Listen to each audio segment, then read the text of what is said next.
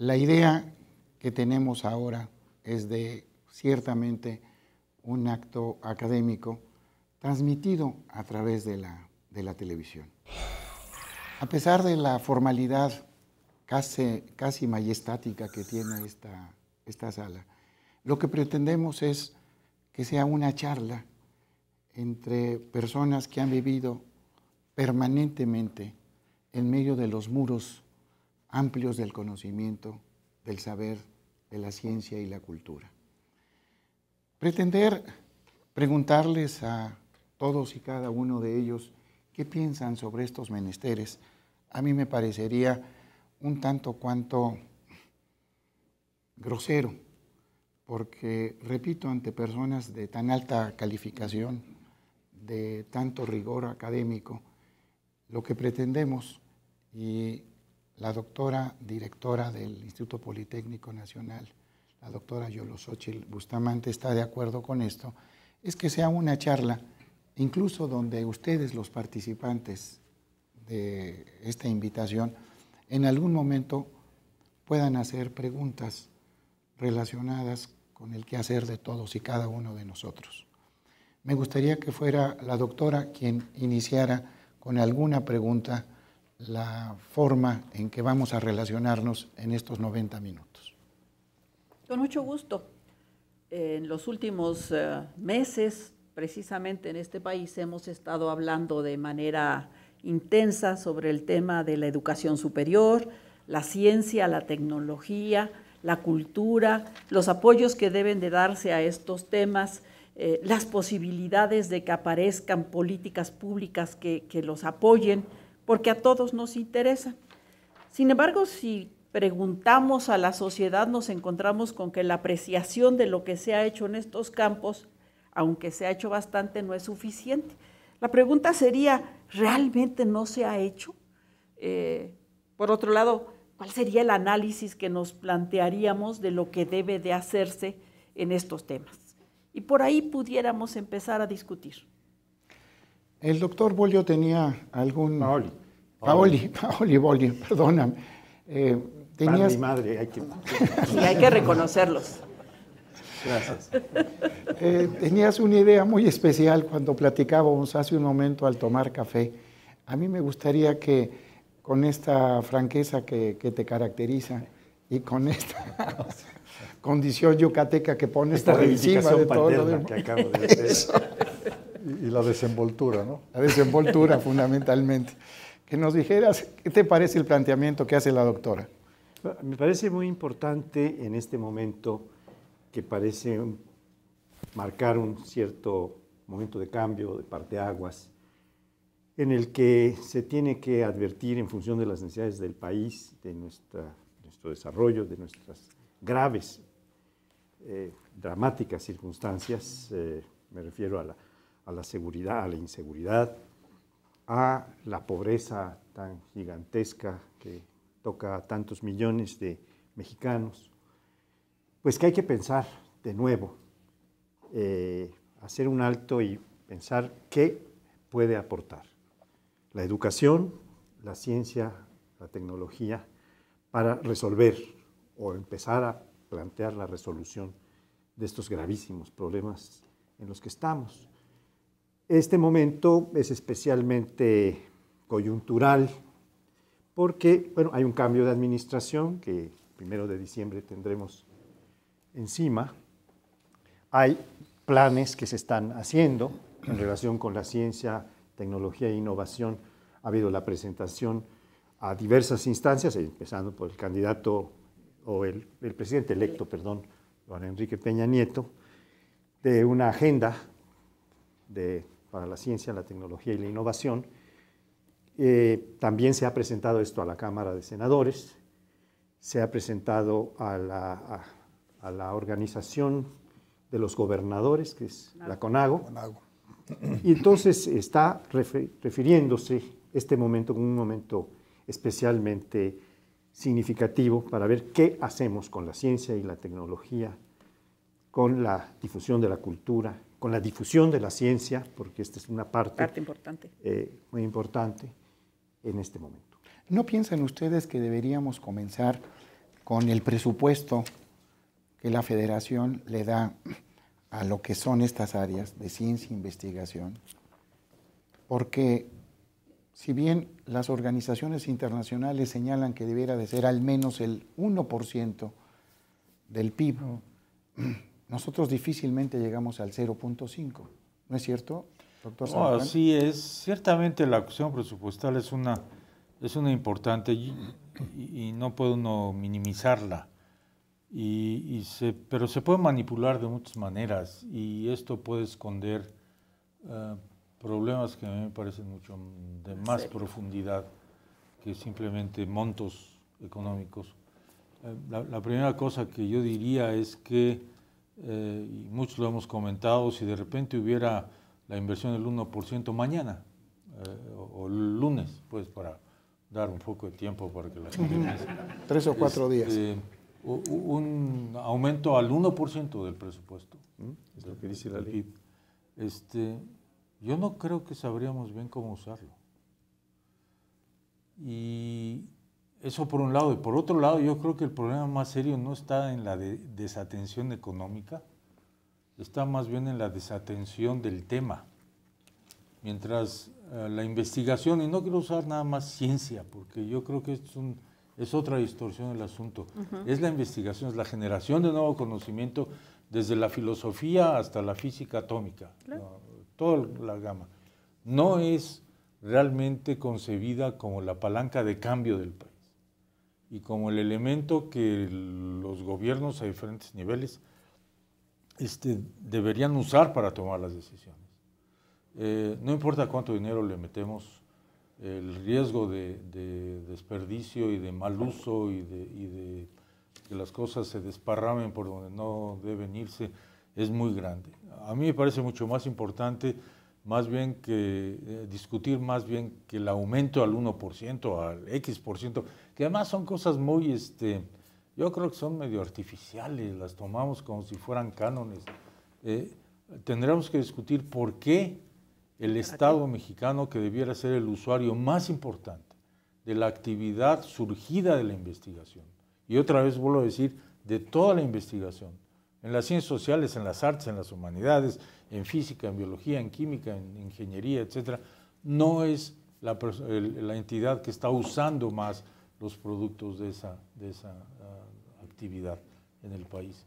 Después veríamos, bueno, si está convencido de que esto es realmente lo más importante, creo que de automático vendría un proceso de ir asignando los recursos que son necesarios, 1%, 4%, 1.3%, no me importa, es el desarrollo. Y muchas veces perdemos esto y a mí realmente me frustra que no vamos al grano, a la médula del problema y nos quedamos con estas cuestiones pues, que son muy sexy.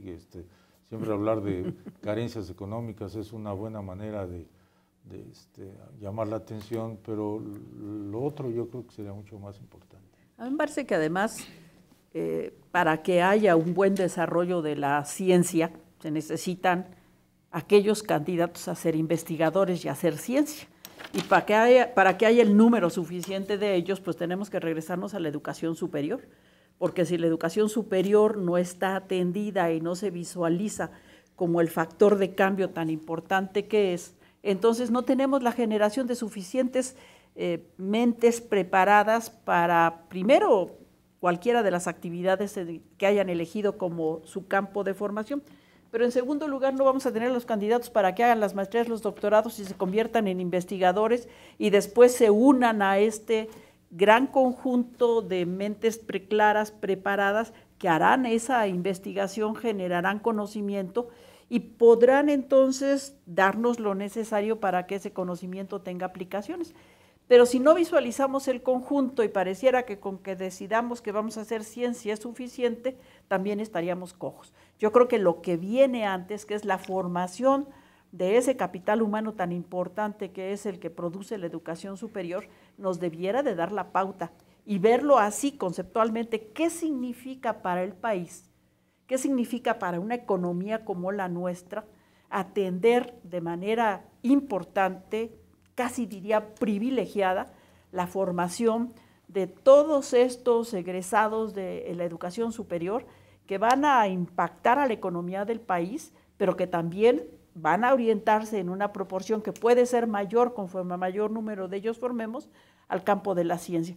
Y entonces sí tener ese acopio de aportaciones que tanto falta le hace el país. Sin embargo, doctora, tenemos un número creciente de licenciaturas, maestrías y doctorados. En la última década pudiéramos decir que han crecido de manera relevante. Pero no suficiente. No es suficiente. Pero no suficiente. Ni remotamente. El porcentaje que tenemos en México, pues todavía de cobertura es relativamente bajo. Y además del porcentaje que relativamente es bajo respecto a otros países, en Latinoamérica, ni siquiera estoy hablando de Corea o de China, que China todavía es otro reto. Me estoy refiriendo principalmente también a la falta de equidad entre la cobertura, la eficiencia, el presupuesto que reciben las diferentes entidades. Entonces, por ejemplo, el Distrito Federal tiene una cobertura de 45%, pero si ustedes se van a otros estados, pues tiene 14, 15.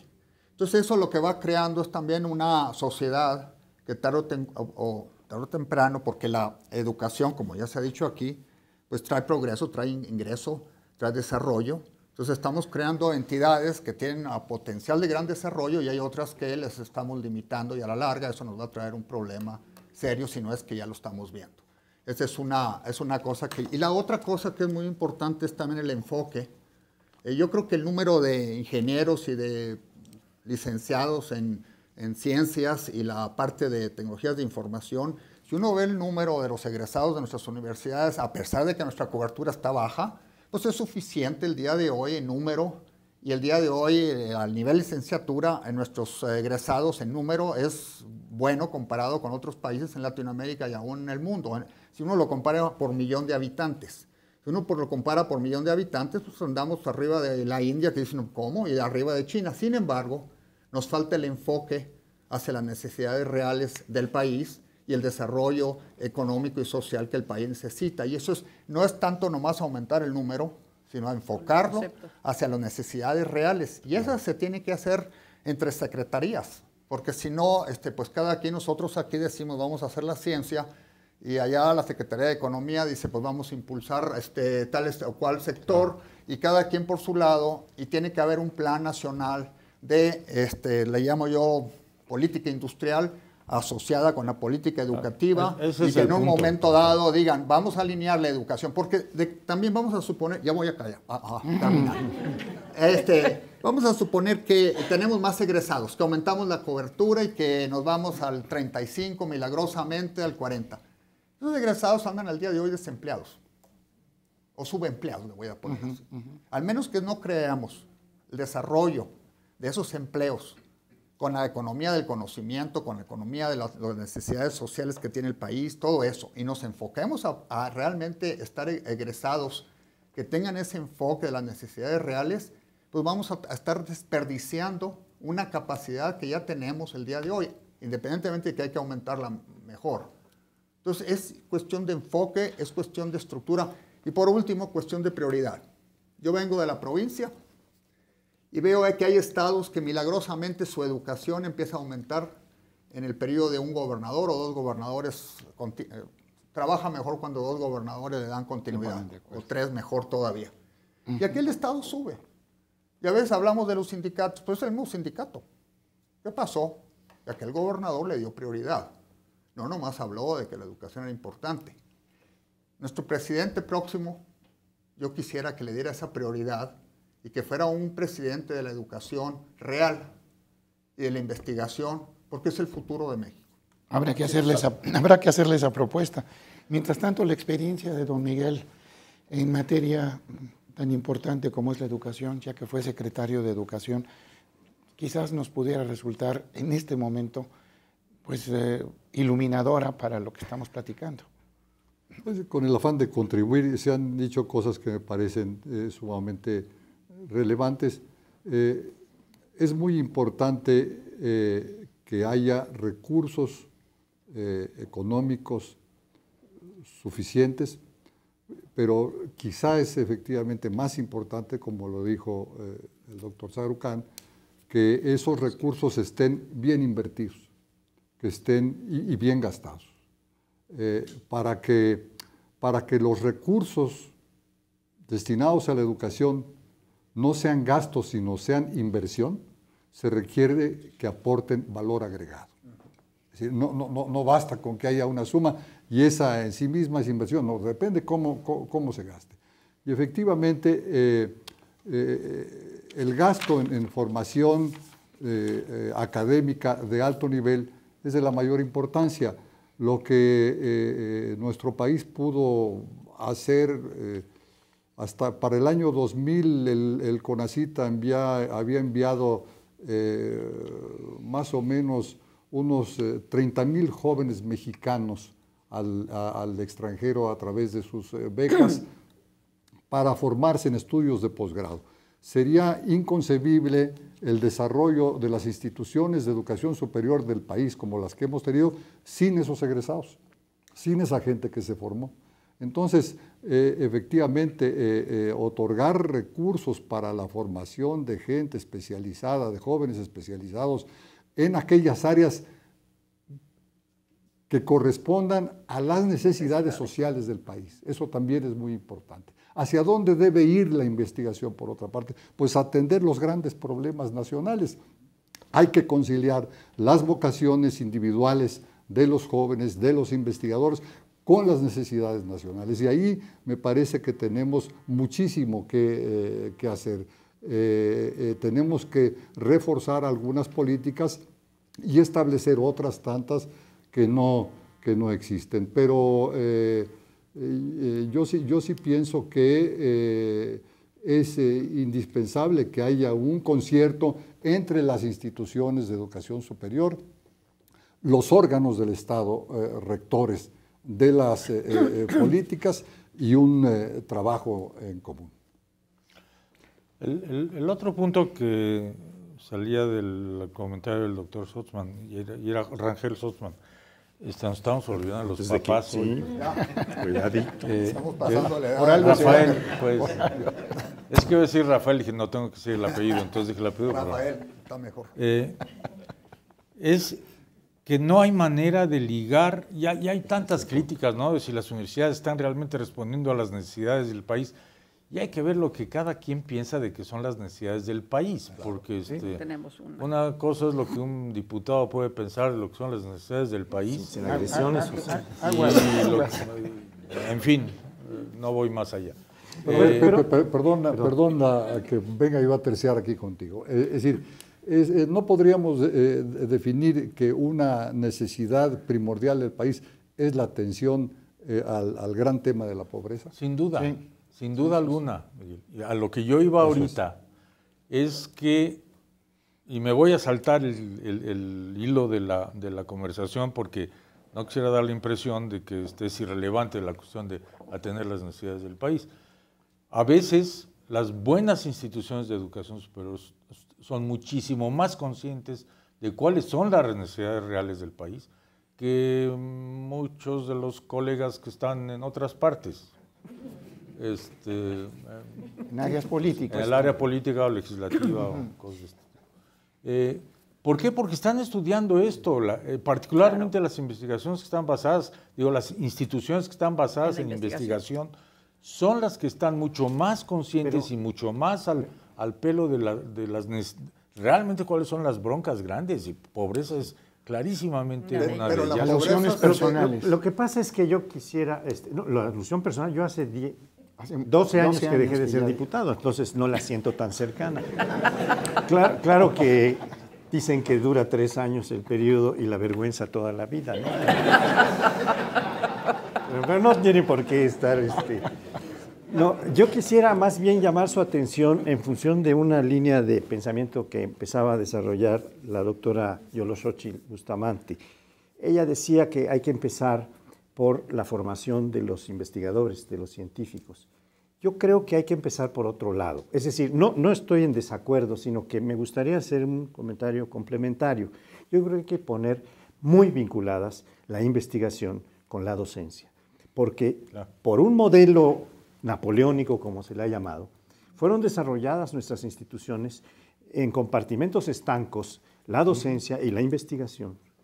Y esto es algo, por ejemplo, bueno, yo estuve unos años en la Universidad Autónoma Metropolitana, y ahí uno de los retos fundamentales que se plantearon desde su fundación es poner junta la docencia y la investigación, para que los muchachos desde el primer año, desde el primer trimestre, en el caso de la UAM, estuvieran en contacto con la investigación, para que los profesores fueran profesores investigadores, y así se les contrata, y para que pudieran derramar en los estudiantes, volcar sobre los estudiantes los avances, y no estar solamente a la repetición de textos, sino que la formación de los investigadores no se hace en la maestría y en el doctorado, como algunos podrían pensar a partir de esta línea, que tiene que venir desde muy abajo, y tal vez desde la preparatoria, yo creo. Seguro. Ahora hay varios cursos, yo estoy preparando un texto ahora sobre ciencia, tecnología, sociedad y valores, y es de prepa, es para el sistema de prepa de la SEP.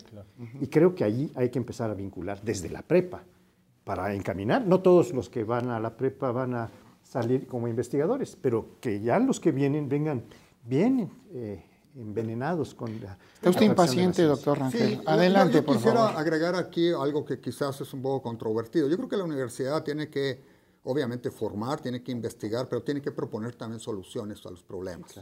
Nos hemos quedado en la etapa nomás, generalmente, los problemas sociales. Dice, hay que desarrollar la pobreza. Bueno, tenemos que entrar al microemprendimiento, tenemos que entrar a todo, cómo vas a desarrollarlo económicamente, cómo vas a llevar el sistema de educación con tecnología, todas las tecnologías que existen para poderla crecer. Entonces, son soluciones.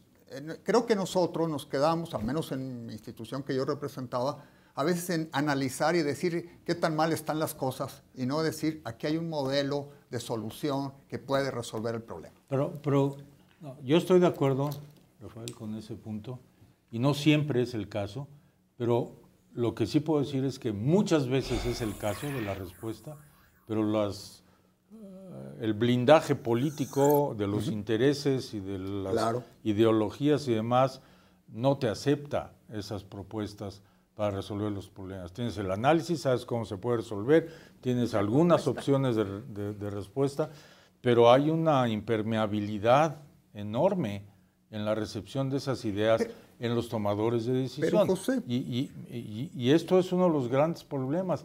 Mientras el país por lo menos no se guíe por la adopción de información de la mejor calidad, que es la que puede salir de sus instituciones, y de algunas otras de fuera también, porque no tenemos el monopolio de todo el conocimiento en nuestras instituciones, pero por lo menos de esas instituciones, y al menos lo conozca, y después puede tomar otra decisión. ¿Por qué? Porque políticamente las circunstancias son tales que no es dable en ese momento utilizar la respuesta. Yo me conformaría, pero hay una cerrazón y hay una especie de atención cosmética, voy a decirlo, he estado en reuniones en la Cámara de Diputados que nos llaman a darles opiniones sobre X o Y temas, bosques o cuestiones de pérdida de manglares, una serie de temas ambientales. Están 4 diputados de los 60 y tantos que deberían estar oyendo estas cosas, todos leyendo su BlackBerry a la hora, ¿no? Con un gran interés puesto en la absolutamente en la BlackBerry, sí. Pero en estas cosas. Y el hecho es que y luego lo anuncian, que tuvieron ahí a las gentes, pero el hecho es que eso no está ocurriendo.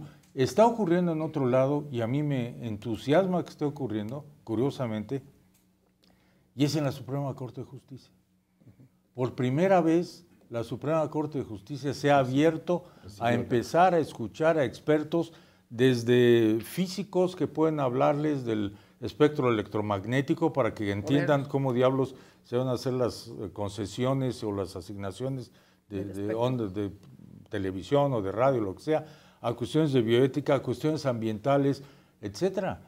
Es que es la única manera, si estas personas que tienen esas responsabilidades no abren sus mentes al conocimiento, al entendimiento del mundo cada vez más complejo que estamos viviendo, y ese mundo complejo se puede percibir a través de las instituciones de educación superior, no vamos a poder marchar adecuadamente. De ahí mi punto de que el problema más serio no es tanto qué dinero nos dan, sino cómo comprenden la actividad de generación de conocimiento que viene a través de la investigación. José, aunando a lo que estás diciendo, a mi experiencia por lo menos, y aquí el exsecretario Limón a mí me cambió mi mente, como estaba diciendo a la hora del café. La asociación con las diferentes secretarías, llámese CEDESOL, Secretaría de Educación, Economía, todo. Si tú como universidad vas abierto a realmente ayudarle a resolver sus problemas, yo en lo general sí he encontrado apertura. Donde no he encontrado apertura es en mis colegas. A veces nosotros estamos demasiado como que tenemos la verdad, a veces, no estoy, no hay que y a veces, generalizar. y a muchas veces, yo te voy a poner ejemplo, nosotros con CEDESOL pusimos 2,000 centros por todo el país en lugares donde no había educación. Claro que se lo aceptó. Estamos entrenando profesores de Oaxaca, Guerrero, todo, usando la educación a distancia. Repito, esas secretarías, estamos haciendo los parques tecnológicos con el Politécnico, son ejemplos de colaboración, pero muchas veces percibo yo, y puedo estar equivocado, que como que nos hemos limitado a decir, preparo el recurso humano, investigo, doy la información, y ahí que Dios los bendiga. Y eso yo creo que tenemos que ir un paso más como, y ya me voy a callar, Sí, porque se me van a matar.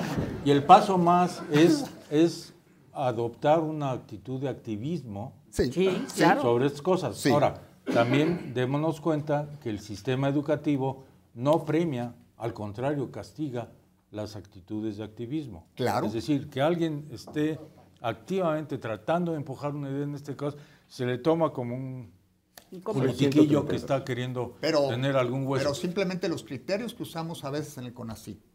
Bueno, pues eso es algo. No, para que vamos Yo creo que hay ahora sí ya.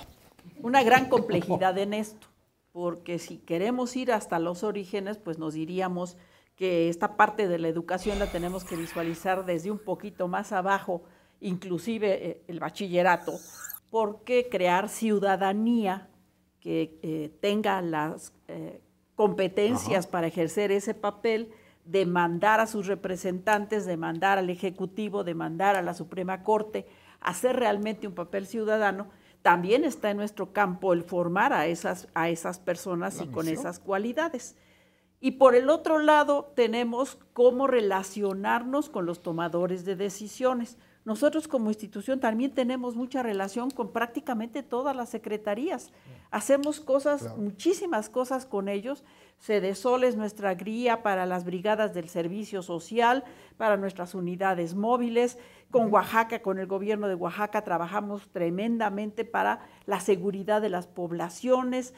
Con Sinaloa estamos trabajando en todo lo que es la conservación de costas y el manejo costero. Tenemos muchas actividades con secretarías, con gobiernos estatales, con gobiernos municipales, pero el problema es que el enfoque a nivel nacional no cambia. Ahí es en donde no llegamos a lograr la transformación. A la buena, yo tengo otra teoría. Perdón, pero si me permiten, yo quisiera introducir otro factor, porque nos podemos atorar en uno. No, pero esto es muy importante. Yo creo que no solo hay que... Porque, dispénseme, los problemas... No, yo estoy seguro que todo lo que usted diga será muy importante. Yo voy a callarme, sí. Los problemas tienen que resolverse a nivel estatal. A nivel federal, mi teoría, y puedo estar equivocado, es muy difícil hacer los cambios. Es muy complejo. Y mientras las entidades locales no asuman su responsabilidad, ¿qué tiene que andar haciendo el Poli en Sinaloa, teniendo una gran universidad Sinaloa allí, que podría estar haciendo ese mismo trabajo en colaboración con ellos? A veces, repito, las mismas locales, los gobernadores, como que sienten que esto debe de llegar de algún lado central y no hemos asumido la responsabilidad. Localmente la educación, la economía, todo tiene que resolver a nivel local y eso es mi... Doctor, Sí, pero esta oportunidad- podríamos decir que hay dos cosas relevantes en este sentido.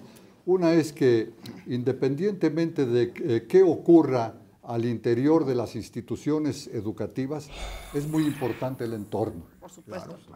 Es muy importante que haya un entorno, y a mí me ha parecido siempre que sería de la mayor importancia un gran acuerdo nacional favorable a la educación. Por supuesto. De manera que la educación sea cuidada, sea tratada, reciba los comportamientos de que requiere para poder florecer. Y a su interior hay cosas muy importantes que hacer que conciernen a las propias instituciones de educación superior. Indirectamente esto se ha tocado y es la necesidad de transformar los modelos de enseñanza.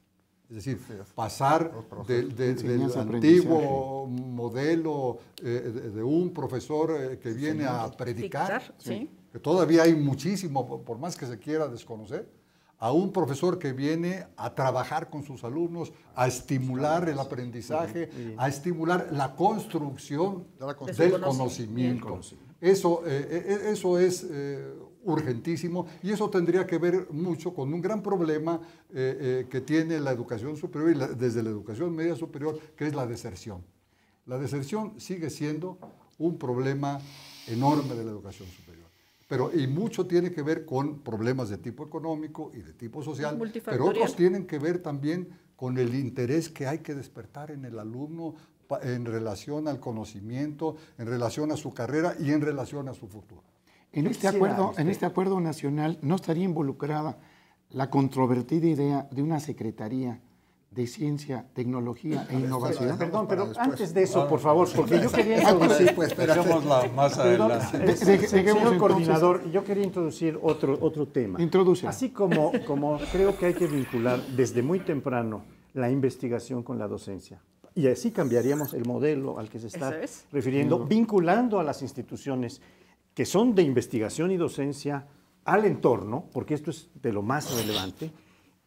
Para esto puede ayudar el desarrollo de los medios masivos de información, que no están contribuyendo al proceso educativo, a la difusión de la ciencia y a la difusión de los valores fundamentales de la especie humana. Están difundiendo antivalores, están difundiendo la proclividad a la violencia, a la riqueza extrema, como grandes bendiciones para el género humano, cuando en realidad estamos teniendo necesidad de que ese entorno sea cultivado por los medios que penetran todos los hogares, todo el día, y más horas de las que debían ser convenientes, porque nos están evitando que los muchachos lean y no nos están ayudando a lo que debieran, que lean más y que lean con una direccionalidad muy clara que se puede lanzar. Y lo digo aquí porque este es un programa que se va a transmitir en mi querido Canal 11, del Instituto Politécnico Nacional. No podemos dejar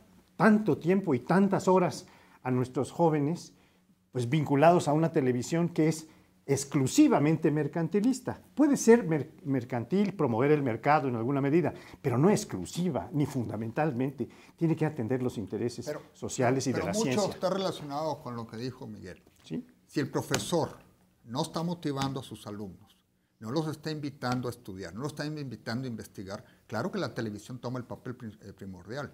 Entonces, nuestros procesos de enseñanza el día de hoy sí son un poquito pasados ya de tiempo. Totalmente. ¿Verdad? Entonces, necesitamos que tener más proyectos de procesos de aprender resolviendo problemas, colaborar, todo esto. Y el profesor, desgraciadamente, no hemos logrado transmitirle la importancia de eso. El alumno va simplemente a clase porque tiene que ir y a pasar un examen, porque tiene que hacerlo. Esa es la mayoría. No hemos cambiado ese paradigma. Y para mí, si queremos combatir a los medios, más que decirle a los medios, oiga, eso es responsabilidad nuestra, hacer mejor nuestro trabajo. Yo tengo que hacer un comercial. El Instituto Politécnico Nacional hace 8 años inició una reforma académica que tiene como punto fundamental cambiar eso. Cambiar el modelo educativo, de tal manera que ahora tenemos un modelo educativo que está centrado en el estudiante y su aprendizaje. Y lo buscamos a través de la formación de docentes que aprendan, con la experiencia y el bagaje que ya tienen, que aprendan a funcionar como promotores en la búsqueda del conocimiento, como facilitadores de la actividad del estudiante, que utilicen estrategias didácticas que vayan guiando al estudiante hacia el encuentro de ese conocimiento y su apropiación, que hagan investigación, que resuelvan problemas, que hagan proyectos. Generamos una evaluación que se va dando a lo largo del proceso del aprendizaje, que termina con un portafolio de evidencias en el nivel medio superior y que va haciendo este cambio que se ha planteado. Me siento muy orgullosa, la verdad, debo decirlo. Todas nuestras escuelas de nivel medio superior trabajan con un diseño que se ha generado internamente que le llamamos Proyecto Aula, y en donde en cada curso hay un tema y ese tema se desarrolla con los diferentes enfoques de las unidades de aprendizaje que corresponden a ese periodo y trabajan de esta manera. En el nivel superior llevamos un buen avance, pero no hemos logrado todavía vencer las barreras, sobre todo de los profesores más conservadores que se sienten afectados por el cambio. Porque parte de lo que hacemos es el uso de las tecnologías como un apoyo para esta nueva forma de trabajar con el estudiante. Y el objetivo no es dar clase, el objetivo es conseguir que el estudiante aprenda. Pero usted está diciendo algo muy importante. El uso de las tecnologías no es para educación a distancia exclusivamente. El uso de las tecnologías es para el sistema presencial, pero aprovechar y tenemos que llegar desde la primaria. Sí, sí. Porque ese es un sistema que hay que explotarlo. México, con todo respeto, se ha quedado atrás en sus carreras de la información comparado con otros países. Yo lo hago equivalente cuando estábamos construyendo ya por los 50, 40 las carreteras en México, que cada carretera producía un desarrollo. El día de hoy son las carreteras de información. Así es. Va uno a las escuelas primarias, dice, no, ya tiene internet, tiene un alambrito ahí medio colgado, donde manda 2, 3, de vez en cuando funciona. Eso no es lo que necesitamos que sea un servicio público para todos los mexicanos, porque es la manera de llegar a la educación. Rafael, pero eso es de la mayor importancia, porque hoy tiende a creerse que el uso de las tecnologías en la educación, por su sola adopción, va a resolverlo todo. No. Y ese es un gran error. Así es. Es decir, que lo que se invierta en eso ya por sí mismo va a producir resultados. Y no es cierto. Es decir, depende que efectivamente se utilice para el desarrollo del currículo. Y de los profesores. Y para como instrumento de los profesores a los cuales no sustituye. Claro, y el gasto tampoco se baja. Todo el mundo piensa que una buena educación usando la tecnología se va a bajar el gasto y es una equivocación. No, pues hay que preparar materiales especiales. Se va a hacer mejor educación, pero no más baja. Así es. Este cambio del que yo vengo hablando tiene algo muy importante que debemos de considerar y son los profesores. Los profesores tienen que ser representados, redefinidos en este papel que van a tomar y para ello necesitan preparación. Pero en eso tenemos que pensar desde los profesores de la primaria, porque si de ellos mismos no empiezan a generar este desarrollo de las capacidades cognitivas de los niños, en esa etapa precisamente en donde biológica, fisiológicamente van haciendo la transición hasta estar en el uso completo de sus capacidades, regresamos al problema de que cuando termina la primaria, pues todos son aprobados porque hay que aprobar a todos y no sabemos cómo vienen. Y terminan la secundaria en las mismas condiciones y cuando llegan al bachillerato hay que reponer muchas cosas. ¿Por qué? Porque toda esta etapa no fue atendida con profesores que sepan usar las tecnologías de la información, que sepan de nuevos métodos para aprovechar procesos. Las capacidades de los estudiantes, que tengan procesos didácticos adecuados, y entonces regresamos a un problema estructural del sistema educativo, que tenemos que tomar en cuenta porque sin él no vamos a resolver. El doctor Sarucán está impaciente. Sí, tiene ya dejémoslo hablar. Adelante, Por favor, adelante. Rafael, ¿te hace falta ser rector todavía, man? No tienes oportunidad. Yo también lo digo lo mismo, pero ya ni modo. Yo estoy de acuerdo, no te creas. Ya estoy bien aquí. No, lo que creo, es decir, un tema, a mí yo tengo la impresión de que los puntos, los temas y los tópicos importantes surgen como hongos en una temática como esta y es horrible atenderlos todos. Uno, yo creo que la universidad como está funcionando ahora, yo diría en gran parte del mundo, no en todas partes, en gran parte del mundo, pero especialmente en México está en proceso de extinción. Sí. ¿De qué? De extinción. Y también en los países desarrollados. Como está funcionando. Por eso estoy diciendo, en general, En Estados salvo Unidos algunas ahorita han excepciones. tocado, Cuando las grandes universidades pero están no nos vamos a cuestionando. meter ahorita.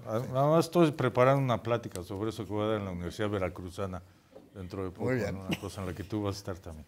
Bueno, pues si esa extinción la llevara a la muerte sería generadora de vida, ¿no?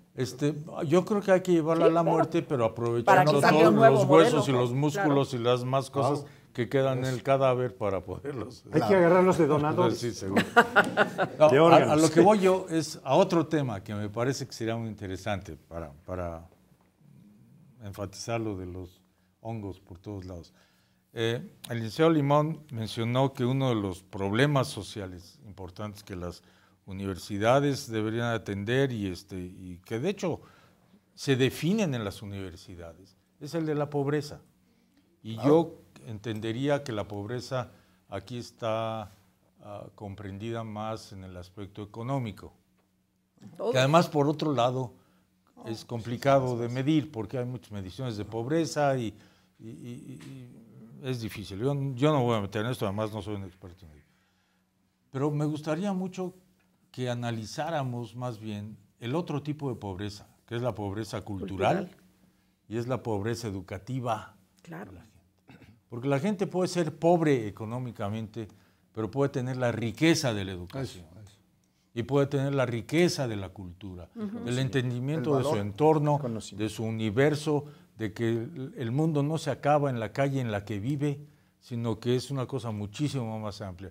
Y esto es uno de los defectos enormes de nuestro sistema educativo y de muchos otros en otras partes del mundo. Pero no, Por lo menos el apenas podemos... Vamos a ver si agarramos esto. Ese yo creo que es uno de los puntos que deberíamos analizar y que debería analizarse en el país en serio, porque es lo que te daría una política real educativa. Claro. Yo recuerdo mucho una frase del presidente Mitterrand, que algo le hablaban de la cultura de la política, porque él hablaba mucho de estas cosas. Dijo, no, más importante que la cultura de la política es la política de la cultura. Y es enormemente cierto. No tenemos una política de la cultura, no tenemos una política de la educación como políticas centrales, como la prioridad más grande. Una vez tuve al director, y con esto acabo, del Instituto Tecnológico, creo que se llamaba, el Centro Tecnológico de Corea, a verme cuando yo era rector.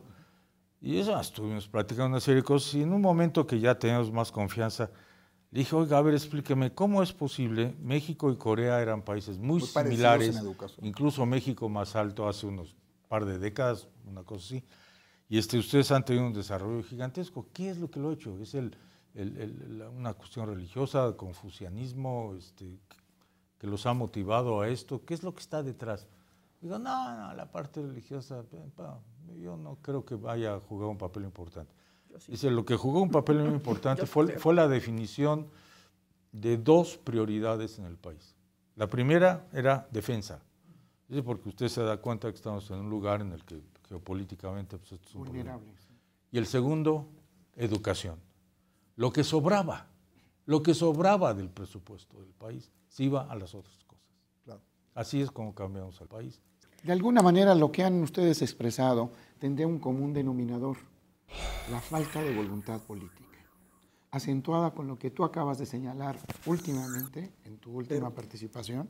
Pareciera ser que esto existe de manera predominante. Pero la falta de voluntad política, desgraciadamente, a veces la asociamos exclusivamente a presupuesto. No necesariamente. A ver, bueno, yo lo percibo así muchas veces, ¿verdad? voluntad política, méteme más presupuesto. Pero yo hice el punto Estoy de acuerdo, que tú lo era estás más que- diciendo diferente, pero yo en general, en el público y en mis colegas, percibo seguro. que más presupuesto, mejor educación. Y yo creo que lo que hemos estado discutiendo el día de hoy es que hay otras variables muy importantes, y que debería de discutirse. Y la otra cosa, señor exdiputado de hace 10 años, ¿Me puedes decir el exrector también? el rector y todos los cargos. Yo creo que el día de hoy Nuestra edad acumulamos títulos, ¿no? Sí. el conocimiento también se está produciendo el día de hoy en el mundo por otras instituciones que no son necesariamente las universidades. Y en los países en desarrollo eso está sucediendo, más y más. En los países desarrollados el 70% está fuera de las universidades lo que se está generando. Entonces, también tenemos que meter esa otra componente a nuestro esquema. Porque si todo le queremos decir el gobierno es el responsable y el gobierno es el que debe de estar haciendo, pues es una parte, pero la otra parte es toda la comunidad que hay alrededor. Seguro, porque tenemos que entender en qué país estamos. Estamos en un país en el México. que exactamente, en el que la industria no invierte más que de manera muy limitada marginal en investigación. Sí, Prefieren gastar cantidades muy grandes en la adopción de patentes y demás cosas sí, es cierto. que en el Pero hay que romperlo. trabajo. No, romperlo hay que ¿Cuánto romperlo invierte desde la hace empresa mucho. en investigación tecnológica? Poquísimo. No, Pero pero, yo pero, creo que pero ha todo esto aumentado, desde hace pero ha mucho. aumentado, Sarucán. Ha aumentado, pero ha aumentado El día gota que- a gota. No, cuando le dieron No, el hombre, estímulo de los seguro. 3,000 millones por parte de la Secretaría de Hacienda, se incrementó en forma muy importante la investigación y desarrollo en la empresa Pero mexicana. estarás claro que hay un espacio enorme por cubrir en este Sí, pero rubro. llegaron hasta casi el 20%. Si tú le sigues impulsando, hay dos cosas, y voy a tocar el tema porque ya veo que se nos está acabando el tiempo. No, Dos, tenemos tiempo tenemos suficiente. que atraer y generar empresas que den trabajos de valor agregado, porque de la otra manera no estamos aprovechando el talento que está saliendo Por de las supuesto. universidades. Seguro. Y para eso tenemos que incentivar, porque de nada nos sirve que estemos generando muy buenos egresados si no existe el mercado laboral donde se va a aprovechar. Entonces tenemos que incentivar a que haya investigación y desarrollo de una manera, atraer inversión en esa área, hacer parques tecnológicos, hacer incubadoras, aceleradoras. La Ciudad de México tiene el 45% de cobertura. Era para que estuviera lleno aquí, no un parque aquí en el Politécnico, que es un ejemplo. Debía haber 20. Y esos 20 aprovecharían a todo el recurso humano que está saliendo de estas universidades. Eso es algo que tenemos que pensar. No más vamos a empujar buenos formadores, tenemos que generar la demanda para ellos. Y de ahí es donde viene la investigación y el desarrollo. ¿Singapur qué hizo? Poner los medios, ya sé que es Singapur, estoy de acuerdo. Y es Corea. Sí, y es Corea. Pero aún así, vemos Brasil. No, Brasil es un mucho Ah, buen mejor bueno, ejemplo. para no irnos tan Mucho lejos. mejor Y ejemplo. Brasil Mucho hace mejor una ejemplo. década, Sí está ustedes lo pueden ver. retiradito, ¿no? Y Brasil el día de hoy, vean ustedes su producción de doctores, Claro. enfoque, Seguro. incentivo, atracción. Entonces, Clarísimo, ahí no está. irnos tan Pero- lejos tampoco. Pero ¿qué es lo que pasa en Brasil? Que llegamos a una administración en donde establece prioridades, intereses para el país, líneas sobre las que hay que Claro. trabajar, soporta fuertemente el esfuerzo en la educación, pero también en el desarrollo económico, hace una política industrial. Que y no tenemos entonces- en México. Que no tenemos. Y entonces se Mientras no conjuntan haya las la política cosas. industrial, no. Mientras no tengamos una definición del país que queremos, hecho a través de la contribución de las posibilidades y potenciales regionales, que se confluyan en una definición de por dónde queremos caminar, no podemos hacer. Y en México el desarrollo tiene que venir regional, porque no podemos decir que los estados del sureste tienen las mismas Condiciones potenciales y que no, por los supuesto. ciertos estados del centro o del norte. Yo creo que, pero sí es importante definir eso. Claro, porque si no Porque lo tenemos, entonces caminamos a la deriva. Y las instituciones de educación superior hacen contacto con las empresas, trabajan con las empresas, pero no hay un algo en el contexto que realmente canalice todos esos esfuerzos y toda esa energía a un objetivo nacional. Hay mucho que hacer es lo para que la nos falta. vinculación, para fortalecer la vinculación. Sí, ¿verdad? pero se da. Lo que pasa es que no hay esos apoyos a la industria bien entendidos. Es simplemente dar dinero, no. Es dar dinero, pero Bien ¿cuál es el dirigida. interés del país? El desarrollo automotriz, el aeronáutico, ¿qué vamos a hacer con el campo? Farmacéutico. ¿Qué vamos a hacer con el abasto de alimentos? ¿Qué vamos a hacer en el campo de la salud? Organización. No se ha definido Así y es. cada una de las regiones del país puede contribuir de diferente manera. Y eso nos lleva a lo que decíamos muy al principio.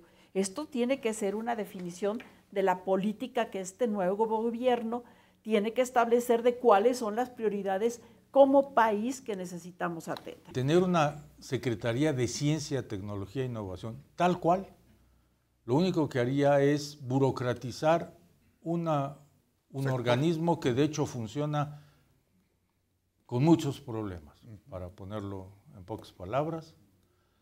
Y lo que tendría que ocurrir para que haya un cambio en ese sentido es que hubiera una Secretaría de Educación Superior que por mucho tiempo se ha metido debajo de la alfombra esta idea: ciencia, tecnología y cultura.